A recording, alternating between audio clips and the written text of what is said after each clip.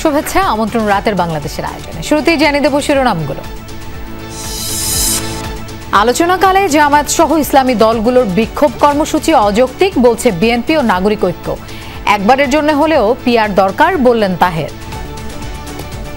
জাতীয় ঐক্যমত্য কমিশনের সাথে তারাও সেখানে সবাই অংশগ্রহণ করছে।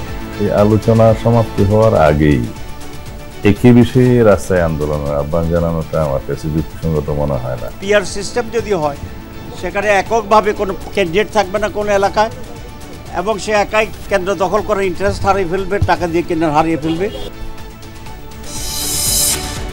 জোট করলে বিএনপি জামায়াতের চেয়ে অপেক্ষাকৃত তরুণ নেতৃত্বের দলকে গুরুত্ব দেবে এনসিপি। বিচার ও সংস্কার পাশ কাটিয়ে এগোনো যাবে না নির্বাচনে। জুলাই হত্যার বিচারে শেখ হাসিনাকে ফিরিয়ে আনার দায়িত্ব সরকারের বললেন নাহিদ। ট্রাইব্যুনালে সাক্ষ্য দিলেন মাহমুদুর রহমান। তাকে ফিরিয়ে এনে শাস্তি প্রদান করাই এই সরকার এবং যে কোনো সরকারের জন্য এটা একটা নৈতিক এবং আইনি দায়িত্ব থাকবে। মানসিকতার দিক দিয়ে হিটলারকে হাসিনা ছাড়িয়ে গেছিলেন, আর কোনো ফ্যাসিস্ট শাসক যেন বাংলাদেশে আর কখনো না আসে। ঢাকেশ্বরীতে দুর্গাপূজার প্রস্তুতি দেখলেন প্রধান উপদেষ্টা। জুলাই আকাঙ্ক্ষা বাস্তবায়নে সব ধর্মের মানুষকে একসাথে কাজ করার আহ্বান। এলডিসি থেকে উত্তরণের সময় বাড়ানোর চেষ্টা করবে সরকার, সুফল পাওয়া নিয়ে সন্দেহ।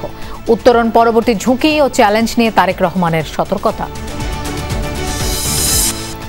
রাজুকের অপসারিত চেয়ারম্যান সিদ্দিকুর রহমানের বিরুদ্ধে দুদকের মামলা। পূর্বাচল প্রকল্পে দুর্নীতি ও অবৈধ সম্পদ অর্জনের অভিযোগ। এছাড়াও রাতের বাংলাদেশে আরও থাকছে।